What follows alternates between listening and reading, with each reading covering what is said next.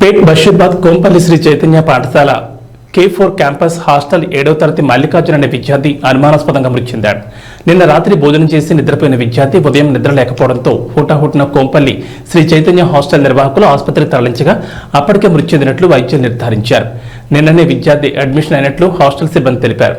పేట్ Basheerabad PS కు hostel warden సమాచారం ఇచ్చారు.